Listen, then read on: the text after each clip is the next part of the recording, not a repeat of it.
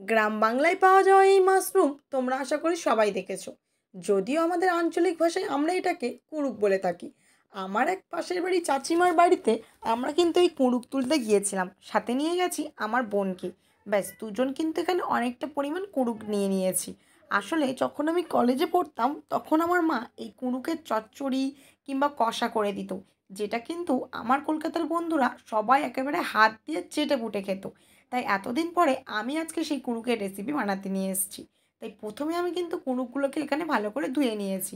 এরপর কড়াইতে তেল দিয়ে দিয়ে দিয়েছি পেঁয়াজ, আদা এবং রসুন। ব্যাস ভালো করে একটু নেড়ে নিয়ে পেঁয়াজটাকে হালকা একটু লাল লাল করে নেব। এরপর উপরে দিয়ে দেব লঙ্কার গুঁড়ো। লঙ্কার গুঁড়োর পরিমাণটা কিন্তু যে যেমন ঝাল খাবে সেই পরিমাণ মতোই কিন্তু দেবে।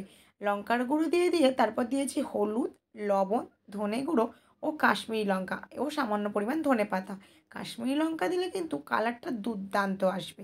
ব্যাস এবার এখানে মশলাটা ভালো করে কিন্তু আমি এখানে নাড়িয়ে চাড়িয়ে নিয়েছি। যখনই দেখব মশলা থেকে একটু সামান্য পরিমাণ তেল ছেড়ে দিয়েছে, তখনই এর ওপরে আমি আগে থেকে তুলে ধুয়ে বেছে রাখা কুঁড়ুকগুলোকে দিয়ে দেব। দিয়ে ভালো করে কিন্তু নেড়ে নেব। কুঁড়ুকের কিন্তু এই কষা শুধু খেতে ভালো লাগে না, তাই মা সবসময় কিন্তু এখানে আলু ব্যবহার করতো।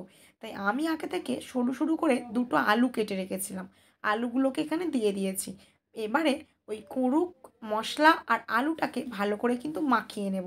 ব্যাস এরপরে হালকা সামান্য যখন তেল ছেড়ে দেবে, ওপর থেকে দিয়ে দেব জল এবং ঢাকনা দিয়ে কিছুক্ষণ কিন্তু গ্যাসের ওভেনে রেখে দেব, যাতে এই আলু ও কুঁড়ুক দুটোই ভালো করে সেদ্ধ হয়ে যায়। কিছুক্ষণ পরে আমি যখন ঢাকনা খুলে দেখলাম ভিতরটা কিন্তু একেবারে প্রায় সেদ্ধ হয়ে এসছে। ব্যাস এবার একটু নাড়াচাড়া করে নামিয়ে নিলে রেডি। গরম গরম ভাতের সাথে এই কুঁড়ুক চচ্চড়ি যে কত সুন্দর লাগবে একবার না খেলে কিন্তু জানতেই পারবে না।